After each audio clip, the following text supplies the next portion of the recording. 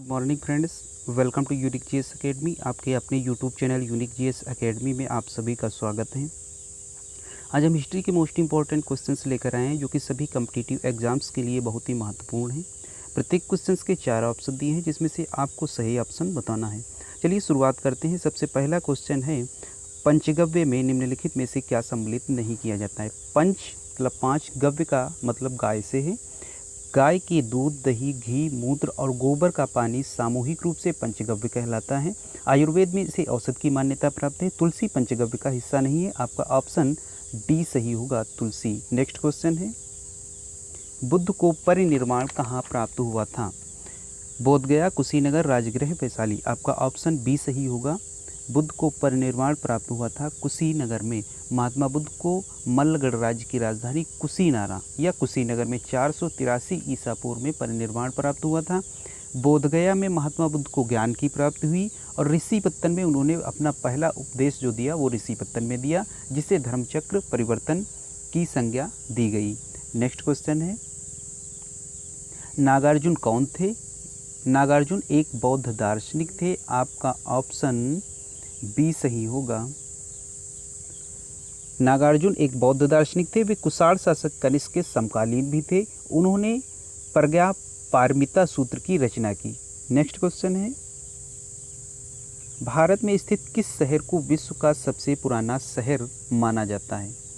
आपको बताना है भारत में स्थित किस शहर को विश्व का सबसे पुराना शहर माना जाता है। आपका ऑप्शन बी सही होगा, वाराणसी। हिंदू पौराणिक कथा के अनुसार वाराणसी 5000 वर्ष पुराना शहर है। यह विश्व में प्राचीनतम शहर है। बुद्ध काल में वाराणसी काशी राज्य की राजधानी थी। नेक्स्ट क्वेश्चन है, अशोक के कौन कौन से शिलालेख में ब्राह्मी लिपि का प्रयोग नहीं किया गया है। आपको बताना है कौन कौन से शिलालेख हैं जिसमें ब्राह्मी लिपि का प्रयोग नहीं किया गया है। अशोक के टोटल 14 वृहत शिलालेख विभिन्न राजाज्ञाएं या शासनादेश हैं, जिन पर पहले राजा लोग अपने शासनादेश लिखवाया करते थे, वही शिलालेख कहलाते हैं, जो 8 भिन्न भिन्न स्थानों से प्राप्त किए गए हैं। अशोक के शाहबाजगढ़ी तथा मानसेहरा ये 2 ऐसे अभिलेख हैं जो खरोष्ठी लिपि में लिखे गए हैं और बाकी के शिलालेख ब्राह्मी लिपि में हैं। तो आपका ऑप्शन हो जाएगा बी आपका ऑप्शन बी हो जाएगा, शाहबाजगढ़ी। नेक्स्ट क्वेश्चन, अशोक के प्रधान शिलालेखों में सबसे बड़ा शिलालेख है। अशोक के प्रधान शिलालेखों में 13वां शिलालेख जो अशोक का है वो सबसे बड़ा है। इस शिलालेख में अशोक के कलिंग विजय का वर्णन है। ये जब अशोक का राज्याभिषेक हुआ था, राज्याभिषेक के 8 वर्ष के बाद का शिलालेख है जिसमें कलिंग विजय का उल्लेख किया गया है। तो अशोक का 13वां शिलालेख सबसे बड़ा है। आपका ऑप्शन सी सही होगा। नेक्स्ट क्वेश्चन है,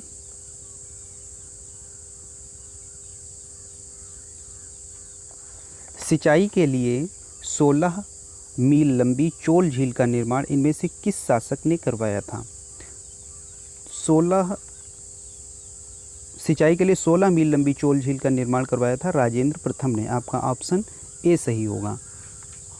राजेंद्र प्रथम ने अपने गंगा घाटी में अभियान के दौरान यहाँ चोल झील का निर्माण कराया था। गंगा घाटी में अभियान की सफलता पर उसने गंगैकोंड की उपाधि धारण की तथा गंगैकोंड चोलपुरम नामक नगर की स्थापना की। आपका ऑप्शन ए सही। नेक्स्ट क्वेश्चन है,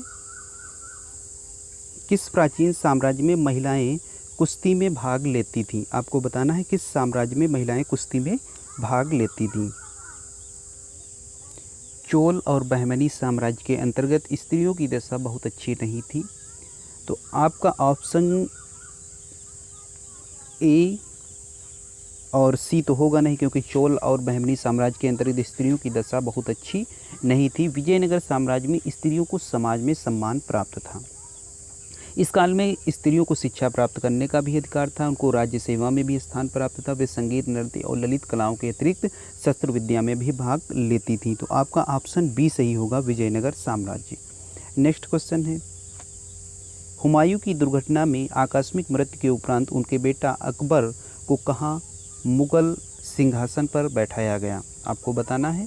देखिए, हुमायूं की दीने पनाह पुस्तकालय, जिसे शेर मंडल भी कहते हैं, कि सीढ़ियों से उतरते समय 26 जनवरी 1556 को मृत्यु हो गई।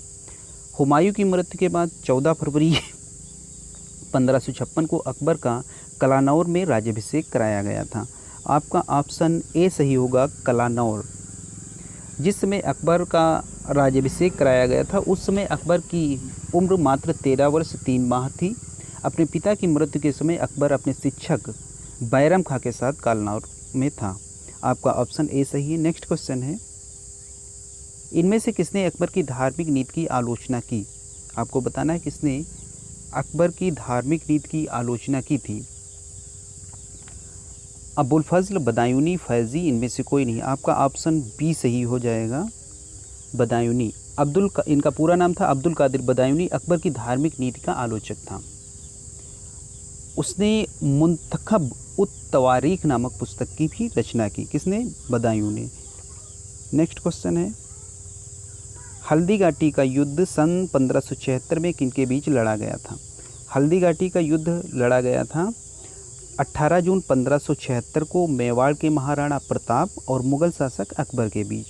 इनमें से मुगल सेना का नेतृत्व मान सिंह तथा आसफ खान ने किया था। इस युद्ध में महाराणा प्रताप की ओर से लड़ने वाले मात्र मुस्लिम सरदार थे, वो थे हकीम खां सूरी। तो आपका ऑप्शन बी सही हो जाएगा, महाराणा प्रताप और अकबर। हालांकि इस युद्ध में किसी की भी विजय नहीं हुई थी। नेक्स्ट क्वेश्चन है,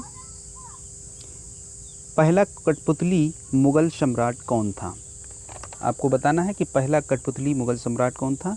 आपका ऑप्शन ए सही हो जाएगा, जहांदर शाह। बहादुर शाह प्रथम के पश्चात जुल्फ़िकार खान नामक सामंत की सहायता से जहांदर शाह शासक बना था 1712 से 1713 ईस्वी के बीच में। उसके शासनकाल में प्रशासन वास्तव में जुल्फ़िकार खान के हाथों में था, जो कि वजीर बन गया था। जहांदर शाह एक कमज़ोर एवं पतित शहजादा था। तो पहला कठपुतली मुगल सम्राट था जहांदर शाह। नेक्स्ट क्वेश्चन है, वह कौन सा स्थान है जहां अंतिम मुगल सम्राट बहादुर शाह जफर की मृत्यु हुई थी?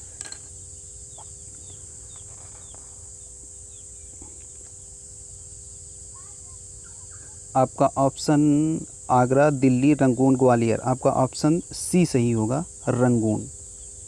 अंतिम मुगल सम्राट बहादुर शाह जफर की मृत्यु कब हुई थी? 7 नवंबर 1862 को हुई थी। कहाँ हुई थी? रंगून में हुई थी। नेक्स्ट क्वेश्चन है, भक्ति आंदोलन को उत्तर भारत में लाने का श्रेय इनमें से किसको जाता है?